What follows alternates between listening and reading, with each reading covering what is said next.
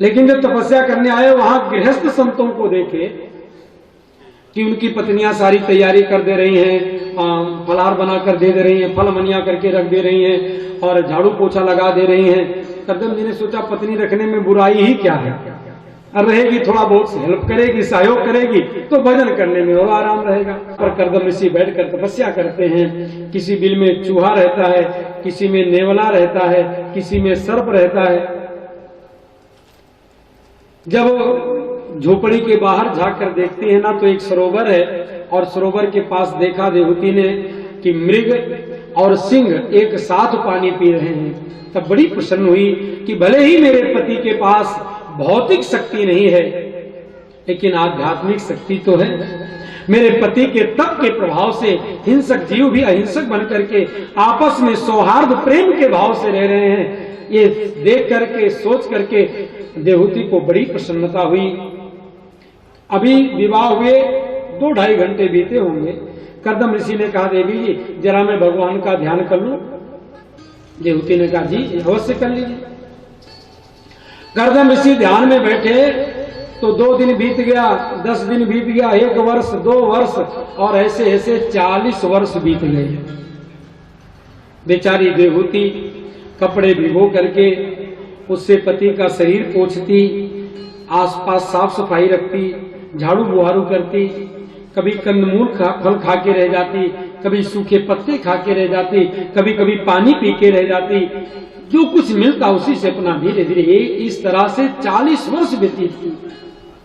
40 वर्ष के बाद एक दिन करदम ऋषि ने धीरे धीरे आंखें खोली, और जैसे करदम ऋषि आंख खोलते हैं देवहूति गई प्रणाम की। महात्मा करदम ने पूछा देवी आप कौन, आपका परिचय? देवहूति ने कहा स्वामी आप मुझे पहचाने नहीं। अरे मैं आपके चरणों की दासी, आपकी सेविका, आपकी धर्म पत्नी, भगवान श्री हरि के समक्ष मेरे पिता ने आपकी सेवा के लिए मुझे समर्पित किया था। याद करिए 40 वर्ष पूर्व। महात्मा करदम ऋषि ने कहा हाँ देवी थोड़ा थोड़ा याद तो आ रहा है। देवी आप अपने पिता के घर नहीं गई? देवहूति के नेत्र सजल हो गए। सजल नेत्रों से देवहूति कहने लगी स्वामी जब बेटी पिता का घर छोड़ देती है तो पिता के घर से डोली आती है और पति के घर से अर्थी निकलती है, और आपको मैं ऐसे अवस्था में कैसे छोड़कर चली जाती?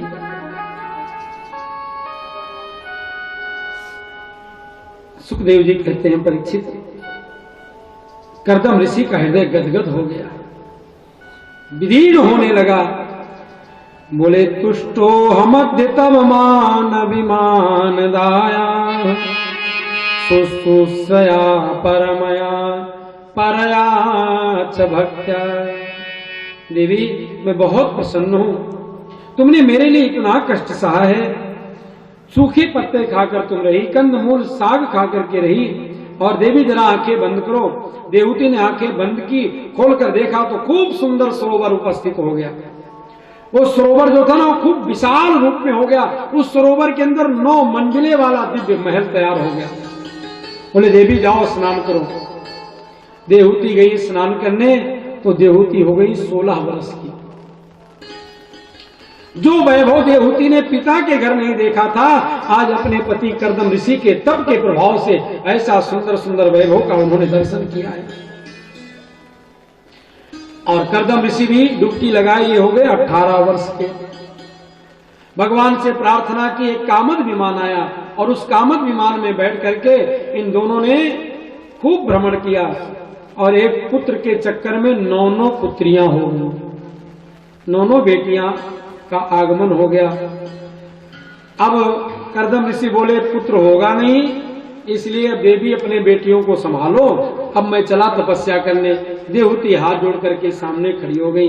स्वामी बस आपने ही कहा था कि भगवान बोले पुत्र के रूप में आने के लिए, तो थोड़ी और प्रतीक्षा कर लीजिए, मैं आपको रोकूंगी नहीं, आप अवश्य तपस्या करिए।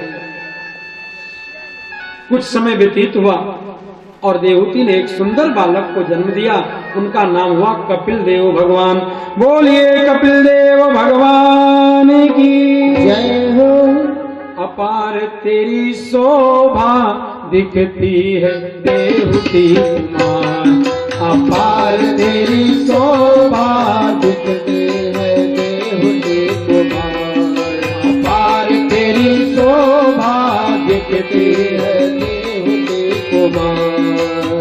ऋषि मुनि दर्शन को आए, ऋषि मुनि दर्शन को आए, देवता गण सब पुष्प बरसाए, देवता मिले सब पुष्प बरसाए, सारे हैं सब तेरे द्वार, अपार तेरी शोभा है देवती कुमार।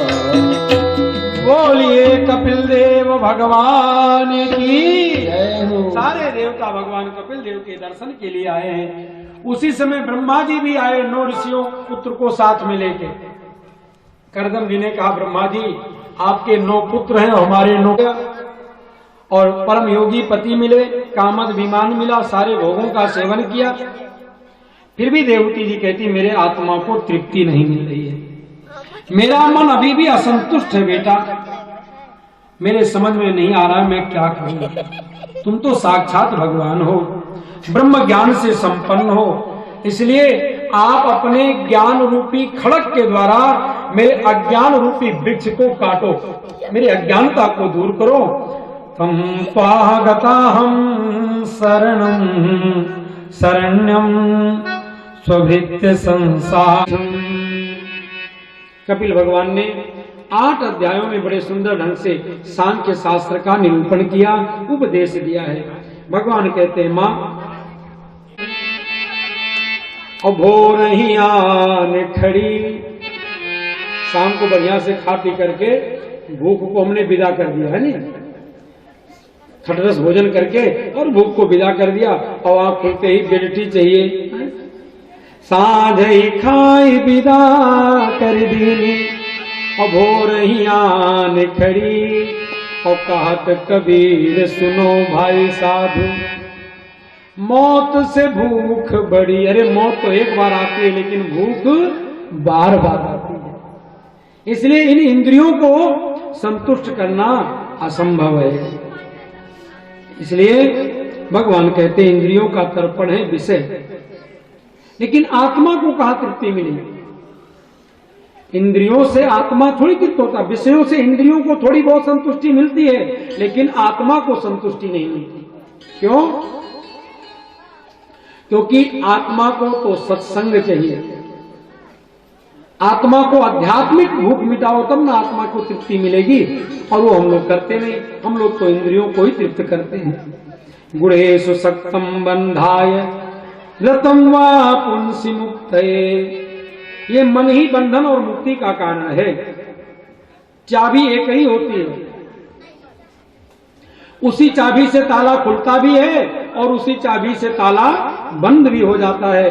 भगवान कपिल देव अपनी माता देवहूति से कहते हैं मां इसी तरह से ये मन अगर संसार में लगा है तो समझना आप बंधन में बंधे हो, और अगर मन संसार से मुक्त हो गया तो समझना आपकी मुक्ति हो गई है। गोस्वामी जी ने इसी का वर्णन किया है रामायण में।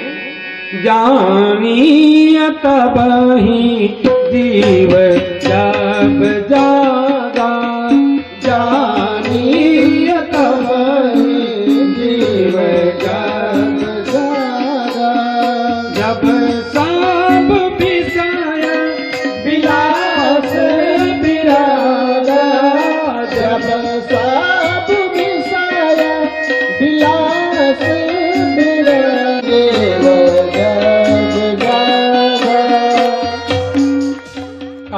जीव कब जगा है? जब सब विषय विलास विरागा, विषयों की विलासता से वैराग्य हो जाए तो समझो आप जगे हुए हो, नहीं तो मोह निशा सब सो निहारा, और देखे स्वप्न अनेक प्रकारा, यही जग जामिन जागहि जोगी, और परमार्थी प्रपंच भी होगी। कपिल देव भगवान अपनी माता देवहूति से कहते हैं मां इसीलिए कहा किसका संग करें? कपिल देव भगवान कहते हैं संतों का संग करो। संतों के 5 लक्षण बताए, बोले तितिक्षवः कारुणिकाः सुहृदा सर्वदेहिनां अजात